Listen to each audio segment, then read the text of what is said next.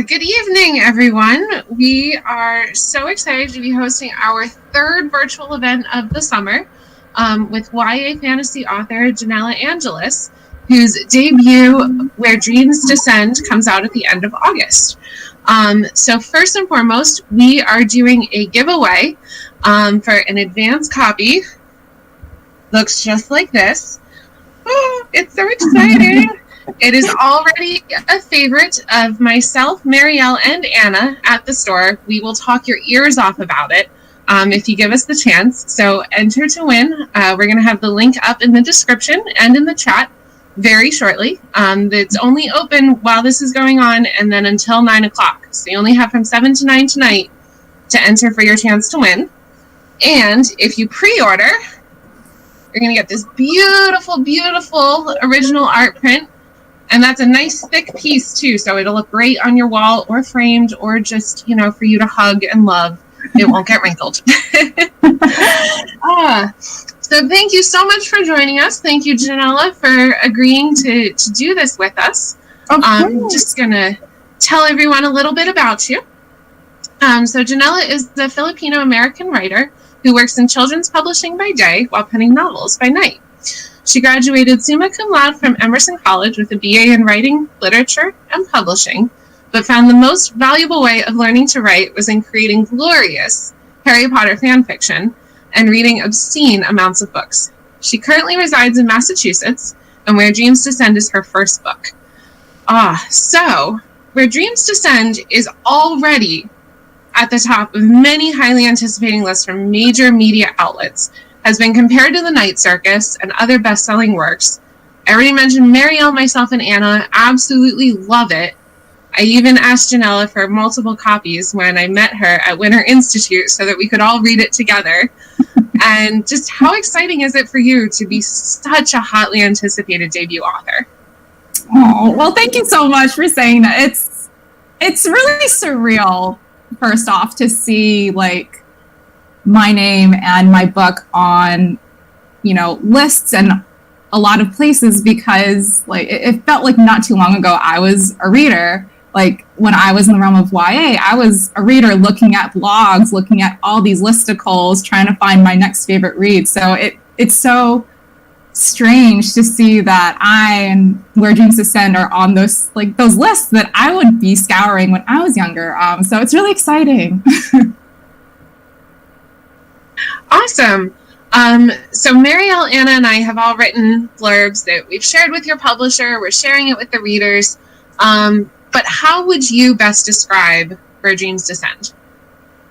Okay, so it is essentially pitched as Phantom of the Opera meets Moulin Rouge with a dash of The Night Circus. And it follows this powerful, ambitious showgirl named Kaila as she takes center stage in a magician's competition that quickly becomes a very dangerous and risky game behind the scenes. And it has romance and magic and circuses and all that good stuff.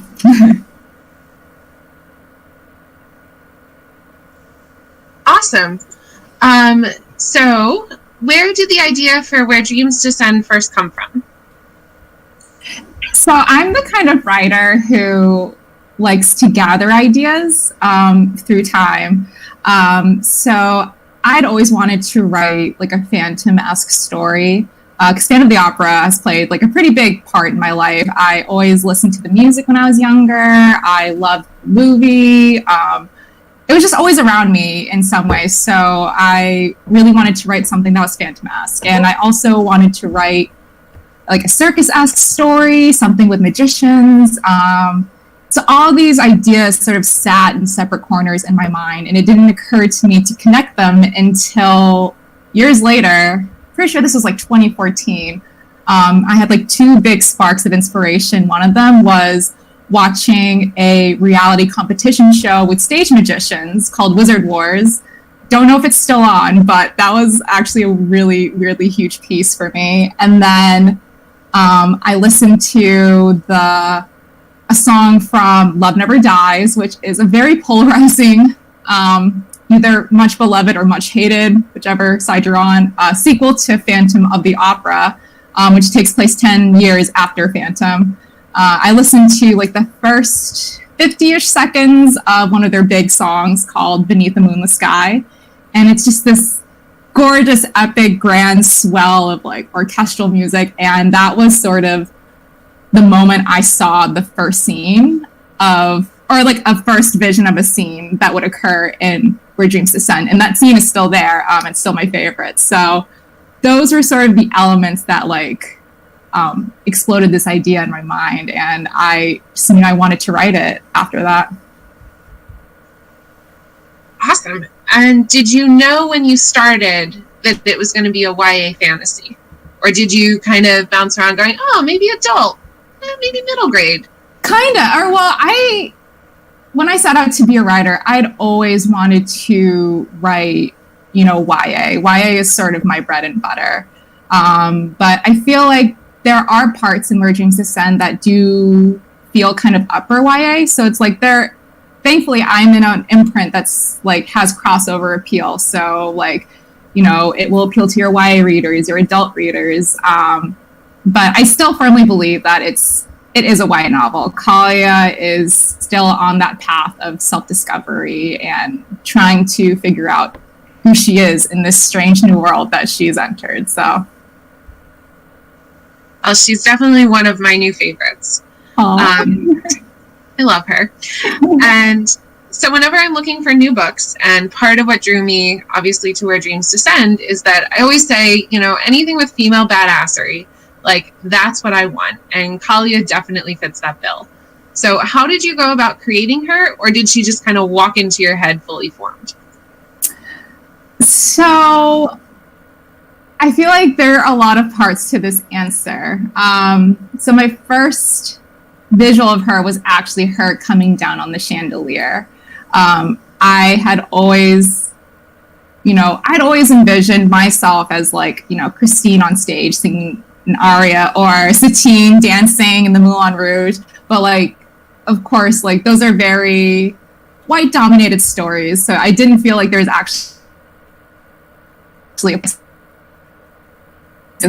and I desperately wanted, that sort of visibility in, fantasy stories and stories where you can be like glam and fabulous. And I feel like she was born from that want. And all of a sudden I saw this brown girl in a red corset kind of just like descending on that chandelier. And she was very confident from the get-go. She knew she wanted her story told.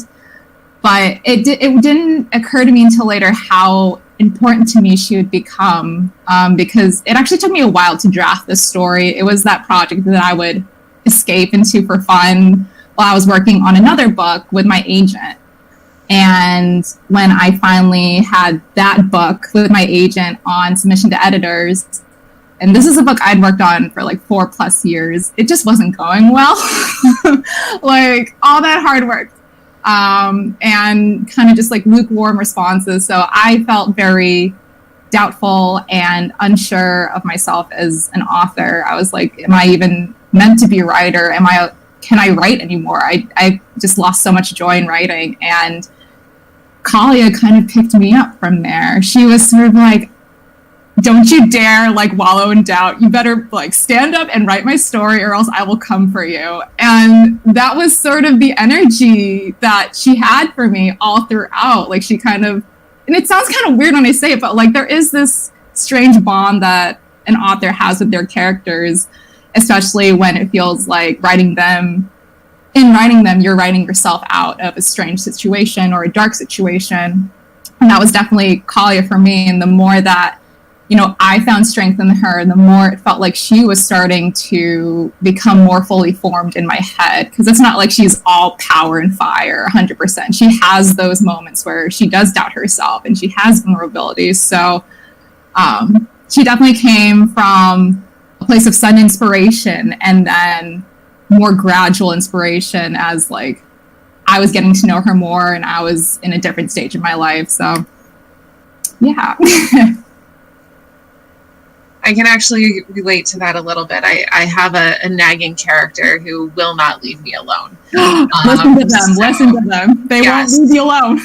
Yeah, she's a dragon riding Viking, and she just doesn't go away. So I need to finish her story. Do it, please. Do it. You won't regret it. So as a female magician, Kaila is already pretty unconventional, and I love that she has a male assistant. What inspired you to take the traditional gender roles, both that you established in the book and in our current society, and totally flip them on their heads? Okay, so I really like this question because this actually ties back into one of my bursts of inspiration for Where Dreams Descend, which was the reality competition show. So when I was watching that show, I noticed that there was just a lot of male contestants, and I hadn't even questioned it because, like, when you think of magicians, you think of like Harry Houdini, David Copperfield, Chris Angel, like these powerful male figures who have a lot of prestige behind them. And so as I was watching this competition, I was just like, oh, okay, there's just like a lot of dudes like doing magic. That's totally regular. But out of all of like dozens upon dozens of men, there were like only 2 female contestants that popped up in like 2 separate episodes. And one of them was pretty fiery, and she actually kind of acknowledged how magic was like a boys' club and that she was there to win. And that really got me thinking, like, what does sexism look like in the world of magicianry? Like, is it the same as sexism in our workforce, in our workplace? So I really took to Google that night. I was very curious. And I found a lot of interesting articles about how I think there's like a statistic that like of all the magicians, like performing magicians in the world, there are only like less than 10% who are actually female. It is, yeah. And those who are often get mistaken for the assistant. Like there's a reason why women are mostly chosen to be assistants. Fun fact. Or not fun fact, I think we all know that we are anatomically a little bit smaller, so we're easier to hide in places, which is a metaphor if you ever saw one. So setup kind of got me thinking, like, what would happen in this competition if, a girl with a lot of power kind of just came in and bested everyone based on her talent and stage presence and ability. And knowing Kaila, I knew that if she was faced against a sort of system or society like this, she would automatically question and confront literally anyone who tried to wrong her, just based on the basis that she's, a woman. So that's sort of the setup for where those that whole setup came from. Oh, I love her. I really do. It's just like the more you talk about her, the more I'm like, oh, love her. Girl, I love you. So Kaila starts the book under the thumb of Jack, the proprietor of the club she works at, and she has a clear desire to rebel, but also some hints of Stockholm Syndrome at the beginning. How would you go about describing her relationship with Jack? This is also another extremely great question. So it is interesting, their dynamic. It's thorny. It's, not perfect. It actually ties back to the whole concept of retellings and reimaginings, and their relationship is definitely influenced by one that appears in Phantom of the Opera. Obviously, one of the main con titles of this book. So not that they are copy-paste Christine and Phantom, but when you are tackling some reimaginings and retellings, there are certain things that come with the source material and the territory. And I remember, so I love Phantom of the Opera. I love the book. I love the show. I predominantly refer to the show as the comp over the book, but I love both. But there are a lot of problematic things that happen in there. It's, all art is flawed. All art has its issues. And I think it's important that we're able to acknowledge it. But one thing that I find so fascinating about Phantom is that although it's a very successful and beloved show, there is like Phantom Christine's relationship is both the elephant in the room and also like kind of accepted. Like there's this weird balance between it being like hot and then also being like yuck. But what amazes me the most is how we're willing, or most people are willing to forgive that just due to the passion and the romanticism. Like literally before our eyes, we are seeing Phantom luring Christine to a sewer, but it just looks really hot because he's singing as he's doing it. So I was thinking like, that's interesting that, you know, all of that allure and romanticism can sort of just make us make us put our blinders on in a way. And of course, Christine doesn't question it for the most part. She's not like, how could you like get me out of here? Like I kind of wanted that more from her. I wanted her to kind of stand up for herself. Like in my ideal Phantom fan fiction, she would sort of be more of like trying to get away, trying to fight, or trying to ask questions, like ask anything. And when I thought of Kaila, I knew that in that situation, she would not easily be lured in. Like the moment she knows something wrong, has a second touch, she's in a bad situation, she questions and she challenges. And I think that was just the way that I wanted to present the relationship as a question of Phantom Christine versus Jack and Kaila. What is right? What is wrong? Kaila obviously calls Jack out on his, I almost swore, I don't know if I'm allowed to swear, but like his BS. And it's like Jack also starts to realize like, hey, maybe that wasn't such a good idea. So I think that is one of the best things I love about retellings and reimaginings is that we can look at certain dynamics and relationships that maybe weren't so great, or we're like, what if we took it in this direction, and actually take in that direction and see how different the story looks when you have a more active heroine or a more possibly regretful villain. So that's sort of the dynamic I wanted to play with them, and it definitely gets explored more in book 2. I love that your characters' relationships grow and evolve, and they themselves change, and based on how they interact with each other, they start to think about things differently. Mm-hmm. And there's so many great interactions between characters that you write. Do you have a favorite relationship that like you always looked forward to like writing out or playing out certain scenes? I did. I hate to pick favorites, but I definitely loved writing Kaila and Darren DeMarco. Their dynamic was always such a joy for me to return to. It was one of those moments that kind of made writing the book feel like breathing.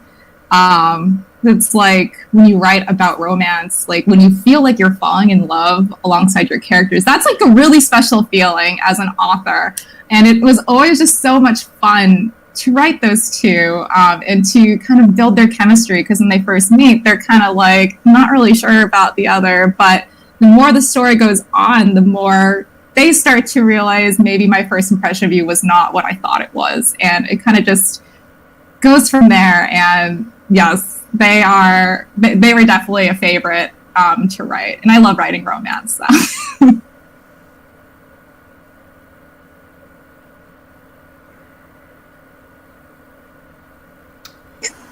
Sorry, switching screens. So I teach our summer Young Creative Writing Workshop, and all of the time I tell the kids, show, don't tell, show, don't tell, show, don't tell, show, don't tell.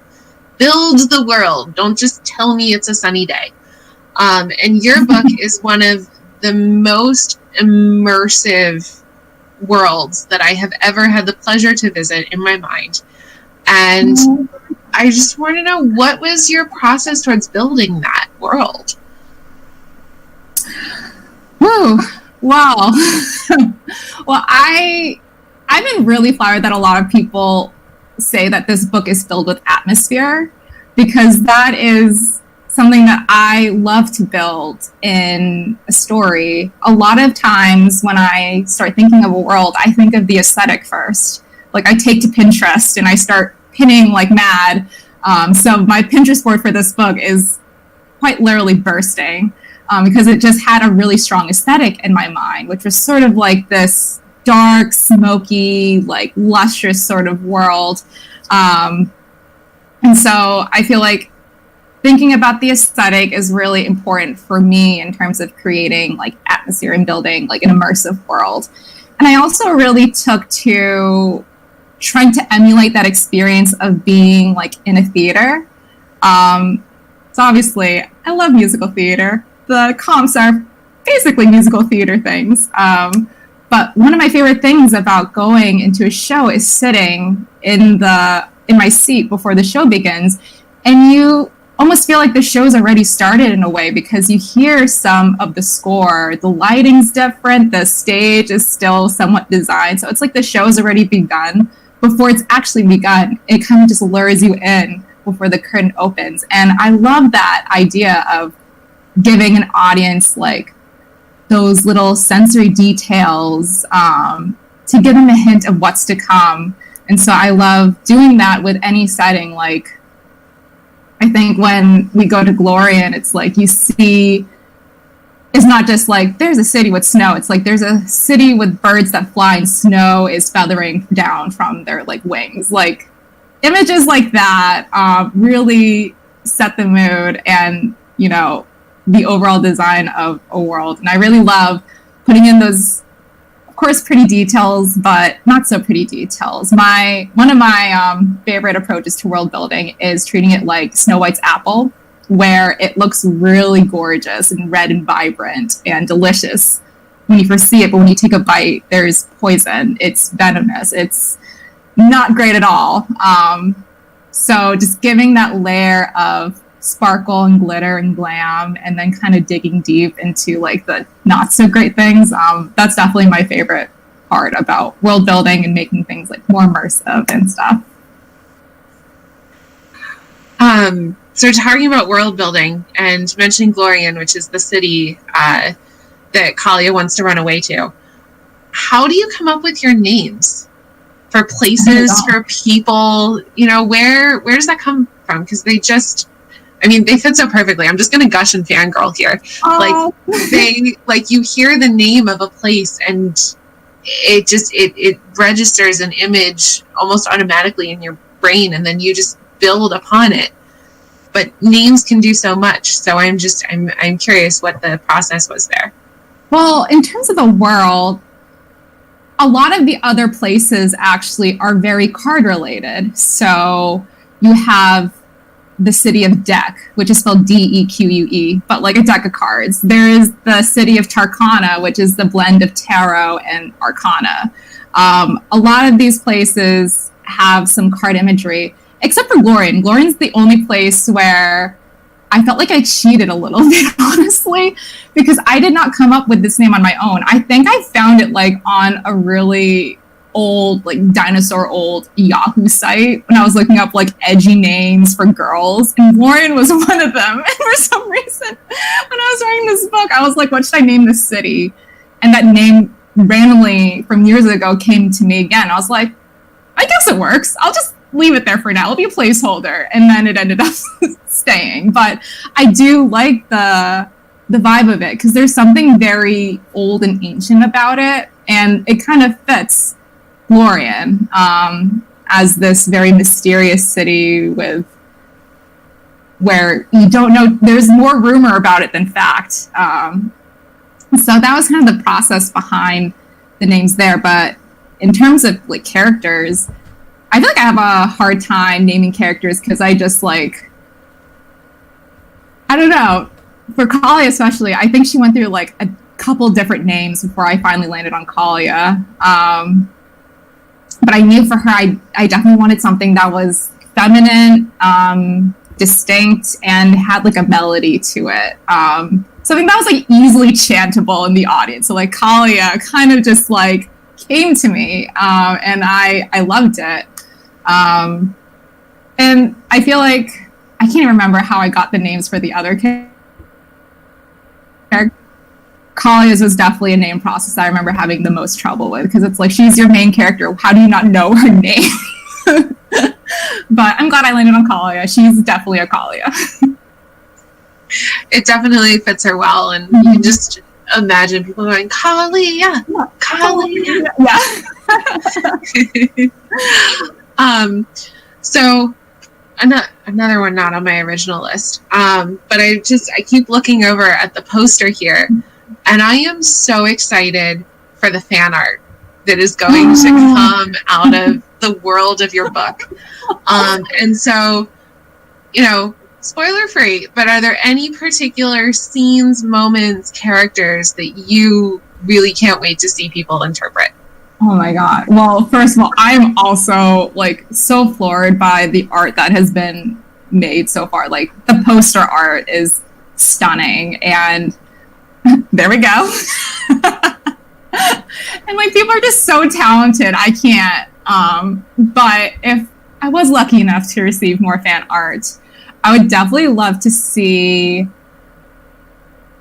Conquering Circus. I feel like that would just be awesome to see these performers illustrated and brought to life. And God, I do have a specific scene. It was actually the scene that I first envisioned when I had that first inspiration. I call it my Angel of Music scene. And it is essentially the scene itself. When I first had it in my head after listening to that music, it was basically a girl is in a dark room, and you get the sense that she's running from something. And then all of a sudden, someone comes from the shadows, and you know that that's the person she's been running from. And that was the scene that Where Dreams Ascend was built around. And I would love to see that scene drawn, just because it's been in my head for so long. And also because it's one of my favorite moments in Phantom as well. Angel of Music is an iconic scene. So if Kalia had a best friend in another book, YA series, musical, would it be Christine? Would it be someone else? Who, if you had to give her a best friend from anywhere else, who would it be? I feel like in Phantom, definitely not Christine. Which sounds bad, but I just don't think they would mesh. I think she would more mesh with Carlotta, if I'm going to be honest, because I feel like when I was conceiving of Kalia, I was like, maybe she's more Carlotta than Christine. And that's why I feel like they would really get along. But, oh my God. I'm trying to think, who would Kalia be friends with? I feel like, I think she would actually be friends with, Nina Zenik from Six of Crows. They would just be, these glam beauties together, eating sweets and reading romance. I feel like I can totally see that happening. Who else? I should have thought about this some more. It's probably going to come to me later at midnight. I'm finally have an answer. But Nina for sure. That is one that I'm they could definitely be besties. I can totally see it. For sure. We can always do a blog post or something later. Who Kalia's squad would be. Oh my God. We can definitely revisit it. What about an enemy? Huh.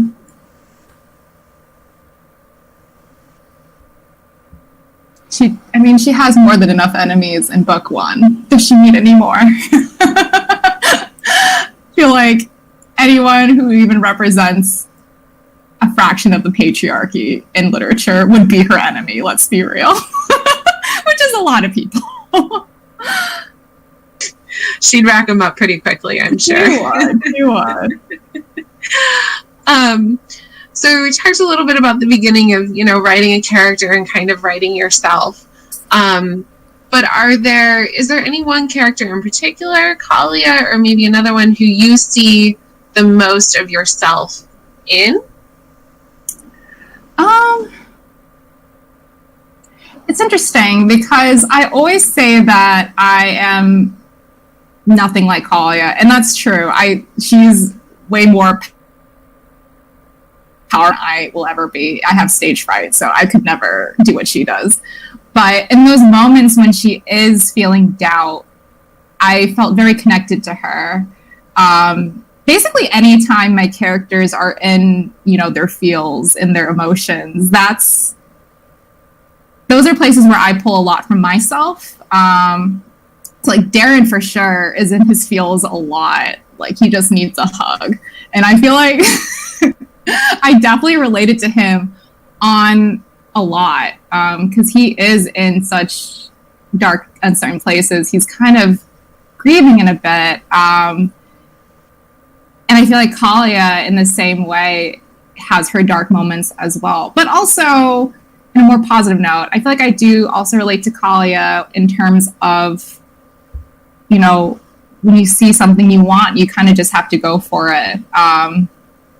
Because I feel like one of the biggest reasons why we bonded together so well is because we were both kind of on the path to our dreams together, but the road was a little rocky. So that kind of experience bonds us both. So there are a lot of, I feel like Kaila in ways and Darren for sure are characters that I feel in my heart. When you set out to write Where Dreams Descend, did you envision it to start off with as a duology or, even potentially a larger series? I feel like right now there's so few fantasy standalones in YA. It's like everything has to be a duology or a series. So did that influence your writing? Well, I always thought that this was going to be a duology. I could not make a third book or fourth or fifth if I wanted to with this current storyline. It was very clearly a duology. And I think it kind of makes sense because I do think a lot in like musical theater terms. You have your act one, you have your intermission, and then you have your act two. So I feel like if you read these books together, you kind of get a whole story. As much as I would love to write standalones, because that would be so much easier, I've yet to think of like book ideas that kind of are more contained like that. This is definitely one of them. Very cool.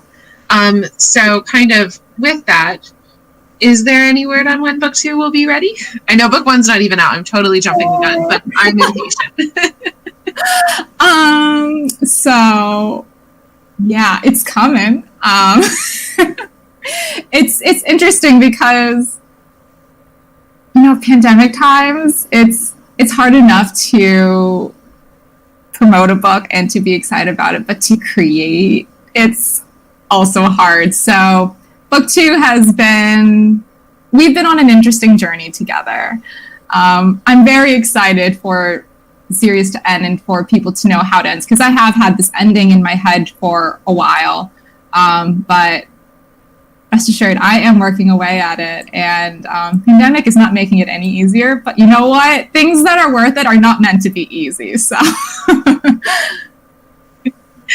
very true, very true.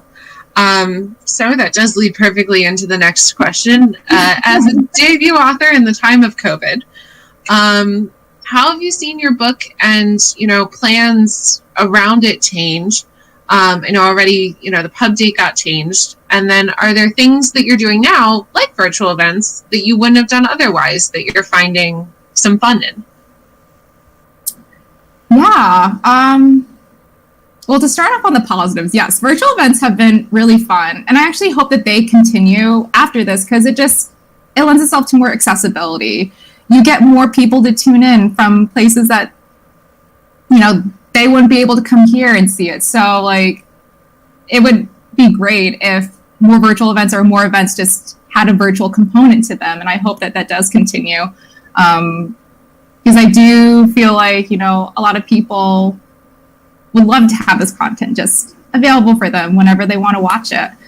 And I feel like another thing that has really surprised me is just seeing a lot of reader engagement. Not that I would have ignored everyone if the world was still normal, but I feel like this time has allowed me to really get closer to readers and be like, their excitement kind of lights me up, because it has been a really hard time. And honestly, anytime I get, you know, a beautiful picture of the book, or someone just being like, I'm so excited about this book, it really makes a world of difference to an author's day, especially in this time. But in terms of how things have changed, very dramatically. I feel like I knew the moment when everything changed. Like, so the pandemic, like, shelter-in-place orders kind of hit Massachusetts pretty hard, like the week of like March 16th or 17th. And I remember this very distinctly, because literally the day or two before was the most perfect day of like my whole life. In terms of like book stuff, it was the day I got like my first trade review, which was a star. I got like an invite to BookCon, which was like my biggest dream. I'd always attended, and I was like, I hope one day I'll get to go as an author. And like, it all kind of just fell into place. I was out with my sister, we were driving, it was sunny, and I was like, this is just a perfect day. And it's one of those things where you're like, what could go wrong? And I'm like, oh no, a lot could go wrong. Because that week was when, you know, my office had to evacuate, and things started getting canceled one by one. A lot of events that I'd really been looking forward to had gone virtual or just canceled altogether. A lot of plans I had gone, and it was really devastating. And I know that a lot of debut authors feel this too, because we had so many hopes for 2020. We're like, yes, the Roaring Twenties, it's going to be a party, and then it just became the worst party in the world. But I had, you know, really been dreaming of this year for so long, because I announced the book Where Dreams Descend in like 2018. I was like, okay, that gives me enough time to kind of just like get my bearings and get ready for this book to launch. And then you kind of just face planted if you enter 2020. So definitely was hard to deal with that, like emotionally, and trying to just pick yourself back up, because you still have to promote a book at the end of the day. Like, you can't just, you know, be sad or dwell on what didn't happen. So it is nice to have events like these and to be talking with you. It's the for authors and any creatives who were hoping to launch with a big bang around this time is so nice. So that's something that I've loved seeing as well, is that people are really going out there for those who really need the support, who need the buzz. So yeah, I'm grateful for a lot of things, honestly. Even though it's been like a weird year, there's a lot still to be grateful for. And that's definitely something that, like, when we sat down and wanted to do this, our list of authors, we were like, you know what, we're going to pick our favorites. We're going to pick, you know, the authors that we really want to, you know, help show their books to everyone and help show the world, you know, books that they may have overlooked. If, you know, like, we're still doing online browsing, so we're putting together, you know, listicles of like all of our favorite books in different categories. And so I really feel like, from a bookseller perspective, there's also, you know, all of a sudden there's a lot more dialogue between authors and publishers and booksellers directly, as far as like, what can we all do to help each other. So I think that's, you know, definitely from my perspective, been one of my favorite things to see happen. It's just like, I'm just going to email Janella and see if she wants to do a virtual event with us. Like, it just, you know, those kinds of things that I feel like before we're so rooted in, you know, just procedures. It's now like, you know what, no, let's just help each other out and do what we can. So absolutely. I love it too. So on a more exciting note, and not that that's not exciting, but what have you been reading lately? What have you read recently that you absolutely love and that you would want to share with everyone? Oh God. So, well, bringing it back down again. I have had like the worst reading year. I know a lot of people have been relating to it, but it's like kind of hard to focus on books sometimes, even though I have the urge to read. It's hard to focus, especially when I'm writing. I have a hard time reading other books. So I haven't read as much as I usually do, but the most recent book that I read was All Boys Aren't Blue by George M. Johnson, which was a fabulous audiobook as he narrates it, the author narrates it. And it's a YA memoir about his life growing up as a queer Black man in America, and it deals with, you know, gender identity and toxic masculinity, brotherhood, a lot of really big subjects, and he does it so beautifully in this memoir of his. And one of my biggest goals of this year is to finally finish the Cruel Prince trilogy, because I feel extremely behind, and I'm ready to unmute the character name so I can finally join discourse. So that is also one of my goals. And one book that I do want to recommend that's coming out October 13th is Beyond the Ruby Veil by Mara Fitzgerald. It is pitched as the Sapphic Chaos book, and that is an extreme YA fantasy debut, and it follows this very self-absorbed socialite who, this is already in the pitch, that's not a spoiler, she accidentally kills the person who provides water to her entire city, and that's a big problem because we need water.